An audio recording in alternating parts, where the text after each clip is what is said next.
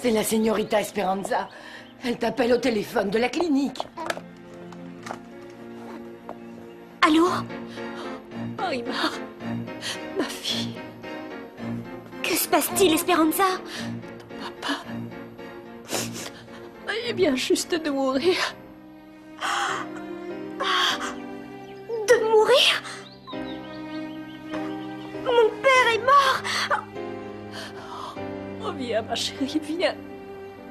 J'ai besoin de toi. Je ne sais plus où j'en suis. J'allais tout juste partir. J'arrive tout de suite, ma tante. Je suis tellement triste, mon enfant.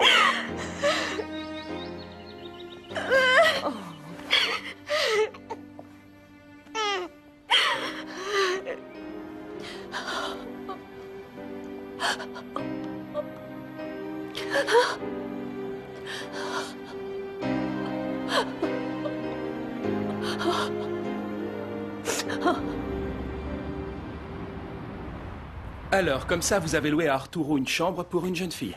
Est-ce que c'était mal de ma part, Sergio? Non, mais je... Au cas où je pourrais encore changer d'avis, vous savez, je lui rendrai son loyer d'avance et c'est tout. Je crois que c'est probablement le mieux.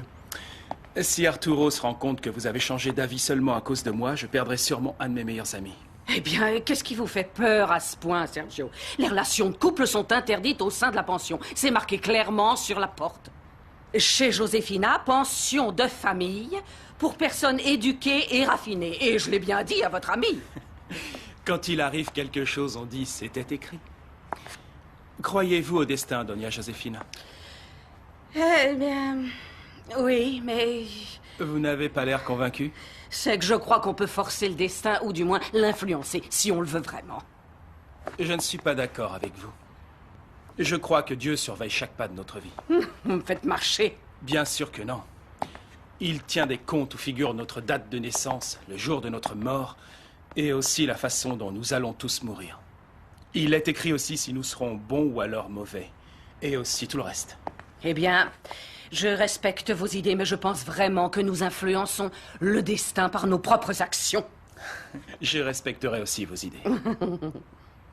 Mais revenons à votre nouvelle locataire Gemma qui va bientôt arriver.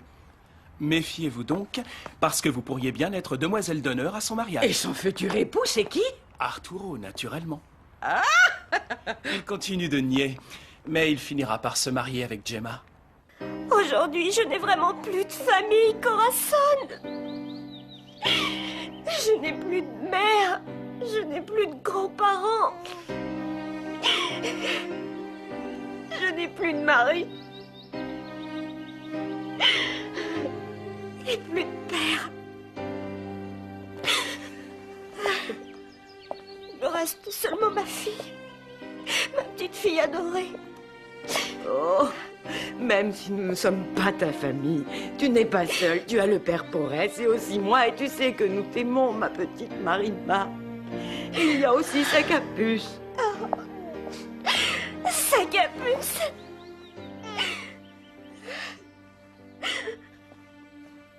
Je croyais en avoir fini avec tous mes problèmes. Pourquoi, mon Dieu?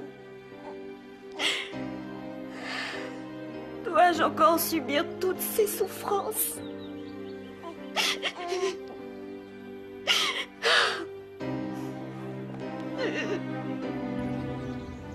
Pour l'amour de Dieu, Señora, ne le prenez donc pas comme ça. Il ne m'aime plus, Perfecta. Mon mari ne m'aime plus du tout. Ce n'est pas qu'il ne vous aime plus, Señora. Comprenez seulement que vous lui avez dit d'horribles choses qu'il aurait mieux valu garder pour vous. Si je ne lui avais rien dit, Nicandro l'aurait fait à sa manière. C'est pourquoi j'ai préféré le lui dire moi-même. Je le sais, Señora. Mais voyez la situation dans laquelle vous êtes. Non, non. La conduite de Renato n'est pas seulement due à ça. Aïe, mais c'est pourtant ce qu'il vous a dit. C'est une excuse pour me cacher la vérité. La vérité? À quoi pensez-vous, Señora? Perfecta, je crois que mon mari voit... qu'il voit une autre femme.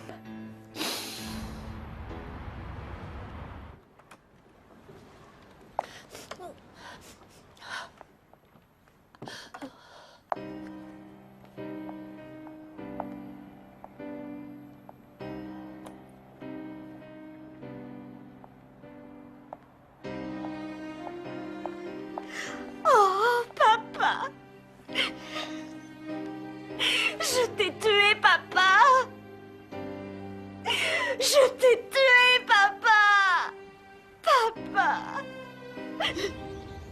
Je ne crois pas que le Seigneur ait quelqu'un d'autre que vous dans sa vie. Comment puis-je en être sûre? Le Seigneur Renato n'est pas du tout ce genre d'homme. Les hommes changent un jour ou l'autre, Perfecta. Oh, Señora, avez-vous déjà été voir une cartomancienne pour vous faire tirer les cartes? Non, non, je ne crois pas à toutes ces choses. Eh bien, moi, j'y crois. On m'a tiré les cartes et parfois on m'a raconté des choses qui se sont révélées vraies beaucoup plus tard. Vous connaissez quelqu'un qui saurait le faire? Oh, bien entendu. En ville, il y a quelqu'un de très bonne réputation. Et croyez-moi, c'est la vérité. Qui? Selva, la propriétaire du bar situé sur la plage. Oui, j'ai entendu parler d'elle.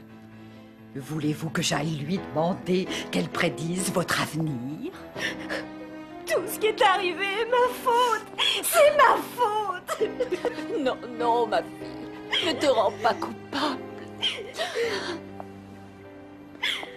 Je n'aurais jamais dû lui dire que j'étais sa fille. J'aurais dû réfléchir avant de tout lui dire. Non, tu y pensais depuis très longtemps. Je le sais, ma fille. Oh, ce n'est pas ça. Non, il n'est pas mort à cause de ça. Il l'avait supporté. Il se sentait déjà mieux. Mais comme il persistait à vouloir vendre le club et la société, il voulait garder un air présentable. Il a insisté pour se raser tout seul. Et ce petit effort lui a porté le coup fatal. Il ne l'a pas supporté. Dire que je n'étais pas son chevet à sa mort, ma tante. Malheureusement, mon enfant. Mais tu n'es pas seule. Tu peux être rassurée. Papa.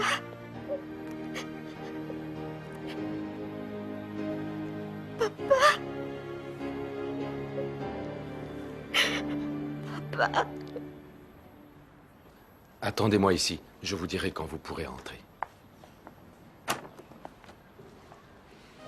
Bonjour. Que venez-vous faire ici, espèce d'escroc? Et comment va tout le monde, Corazon? Eh bien, les choses vont mal, mon père. Imaginez, on vient de m'annoncer la mort du papa de ma petite Marie-Marthe des suites d'une crise cardiaque. J'ai rendez-vous avec Gustavo. Sortez immédiatement d'ici. Il n'y a que Gustavo pour me l'ordonner, compris? Je vous en prie, Bernardo, sortez. Mon père ne pourra plus rien vous vendre. Vous l'avez convaincu de ne plus rien me vendre? Non, non. Mon père ne peut plus vendre. Parce qu'il est mort. Elle est anéantie, mon père, vous imaginez. Après toutes ces années, retrouver son père juste avant qu'il ne meure. Je pars tout de suite pour Valle Encantado. Mon père, si vous prenez un car ou un bus, qui sait quand vous arriverez ici? Je vais essayer de trouver de l'argent, mais je viens, que ce soit en avion, à bicyclette ou à dos d'âne. Je ne peux pas rester ici. Ma place est auprès de Marimar. Je ne m'attendais pas à ça. Bien, vous auriez pu y songer. Vous êtes en partie coupable de la mort de mon père. Et vous l'êtes aussi. Après tout, c'est votre entêtement qui l'a contrarié. Vous n'avez rien à faire dans cette chambre. Je vous dis de vous en aller. Fichez le camp. Et oubliez le rachat des parts de la société. Mon père allait vous les vendre parce qu'il était là, mais je ne vous ferai certainement pas ce plaisir. Fichez le camp. Dehors.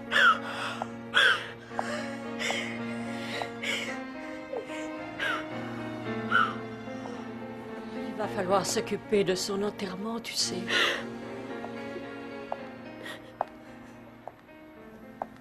Qu'y a-t-il Oui, d'autre ma à tante. faire? Que nous reste-t-il d'autre à faire? Est-ce que tu veux qu'il soit enterré ici? Non. À Mexico.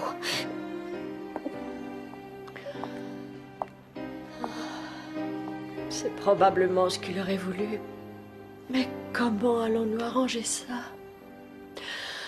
Je m'occupe de tout, ma tante.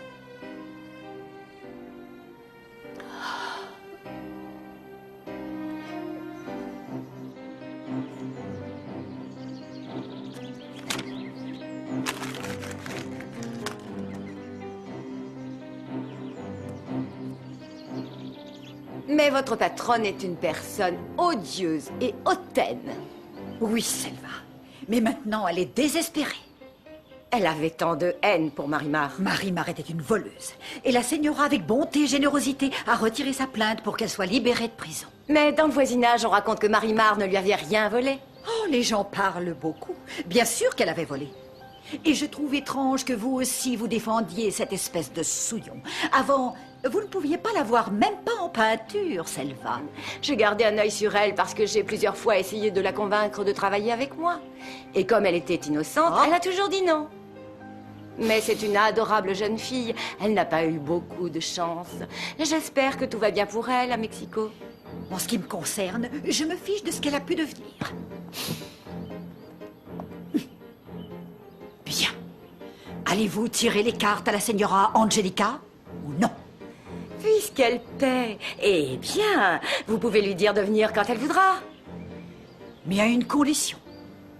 Que personne ne sache qu'elle est venue ici, hein?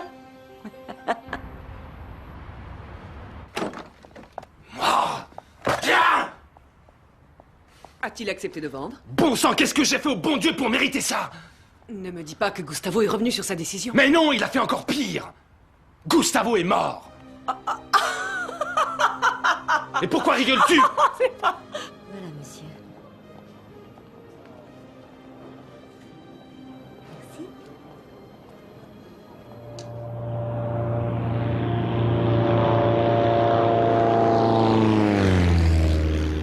Oui, je demande que vous vous en chargiez personnellement. Oui, occupez-vous de tout. À plus tard. Voilà, Señora.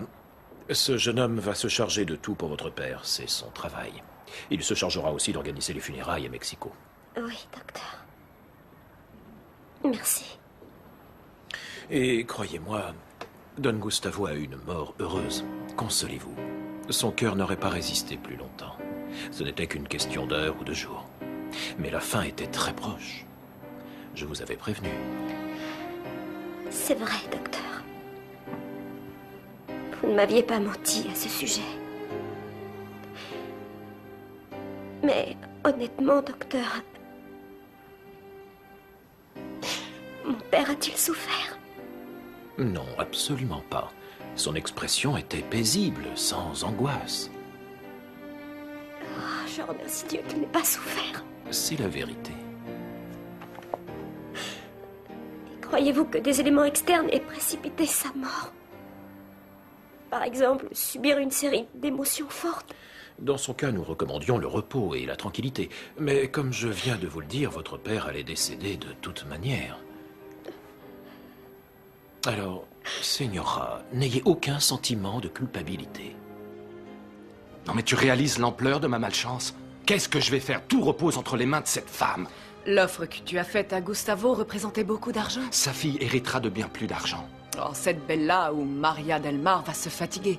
Et elle vendra ses parts maintenant que son père est décédé. Calme-toi, Bernardo. J'aurais préféré traiter avec Gustavo Aldama. Il existe un proverbe qui dit « Contre mauvaise fortune, bon cœur ».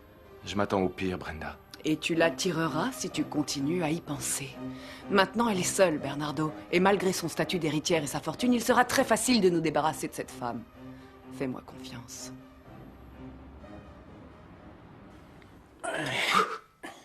Ainsi, tu as enfin obtenu ce que tu voulais, Arturo. Tu emmènes Gemma à Mexico avec toi? Eh bien oui. J'ai su par Doña Josefina que tu avais loué une chambre pour elle. Qu'est-ce que tu cherches, Arturo? À t'attirer de nouveaux problèmes? Non, mieux que ça, il veut dévoyer une jeune fille, Ricardo. Eh bien, Sergio, dis-moi une chose. Qui es-tu pour critiquer ce que je fais? Quelqu'un qui t'apprécie. Quelqu'un qui t'a déjà dit plus de 1000 fois que tu profitais de Gemma. En vérité, je ne croyais pas que tu la convaincrais. Je t'ai déjà expliqué que c'est Gemma qui tient à venir. Je ne l'ai pas obligée. Oh, cesse de me mentir comme ça, mon vieux. Tu as tout fait pour qu'elle vienne avec toi. Tu l'as chassée et harcelée jusqu'à ce qu'elle te mange dans la main. Je ne sais pas qui est le monstre dans cette histoire. Si c'est ce pauvre Esteban avec son visage défiguré qui la défend comme s'il était sa sœur, ou si c'est toi avec ton âme monstrueuse. Ça, tu l'auras bien cherché, Arturo.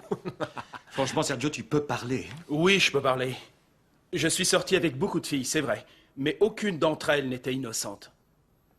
Il n'y a eu qu'une femme qui ait compté dans ma vie. Et elle porte mon nom. La vie nous réserve bien des surprises. Ouais, tu as raison. Elle nous réserve bien des surprises. Et nos erreurs reviennent comme un boomerang pour nous frapper de plein fouet.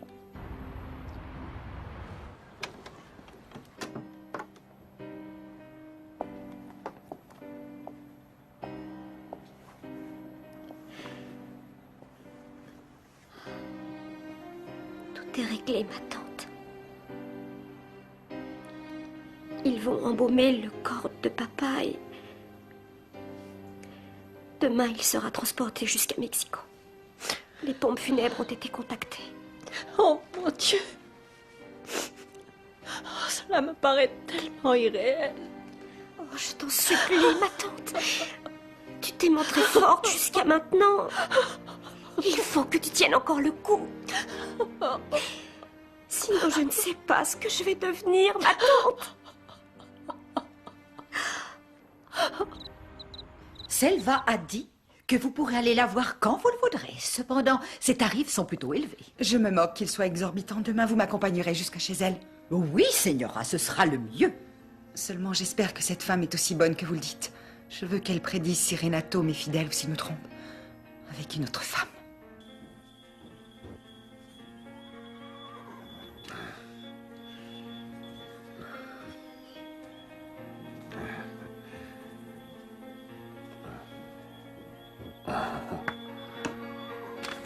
Celle-ci sera la bonne.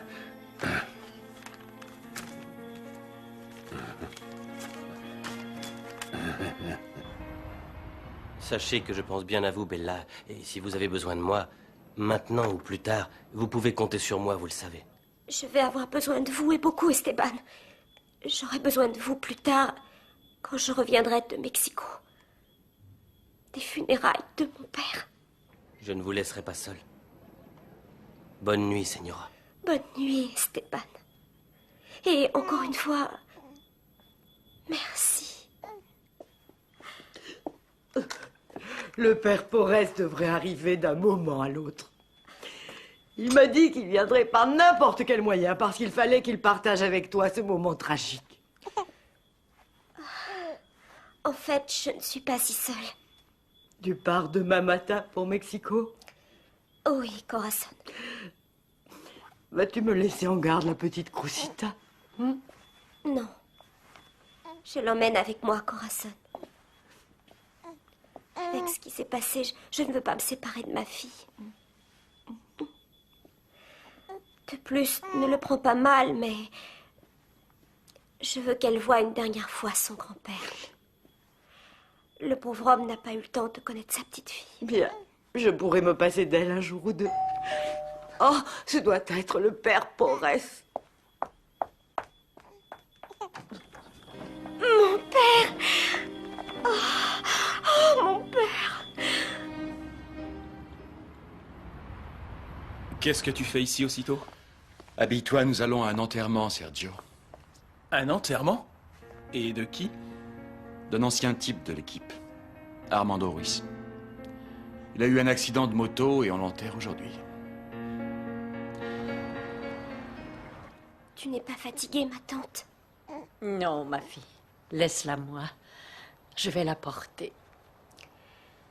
Je crois que papa au ciel, car c'est là qu'il doit être, sera très heureux que je lui amène sa petite fille.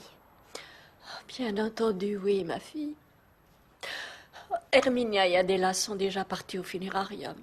Et le padre Porres y est rendu directement depuis l'aéroport. Partons tout de suite, ma tante. Oui, Marimar. Allons-y. Funérarium La Paz.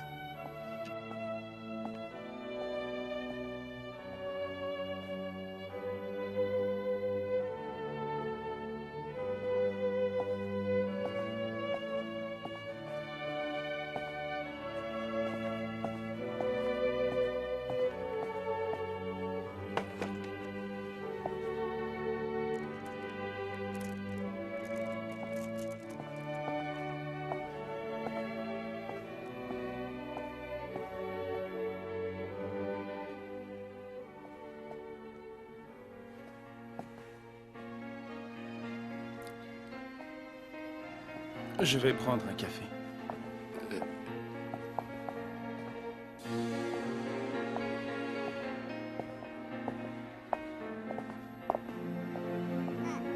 Que faites-vous ici, Bella? Marimar, costeñita soy. Cuando lo quise yo, sí, señor. por revancha me enamoró. Y el mar que todito me dio como ola se lo llevó. Marimar, ay, cuando manda el corazón, siempre, siempre manda el amor. Lo quise yo, sí, señor. por revancha me enamoró. Y el mar que todito me dio como ola se lo llevó.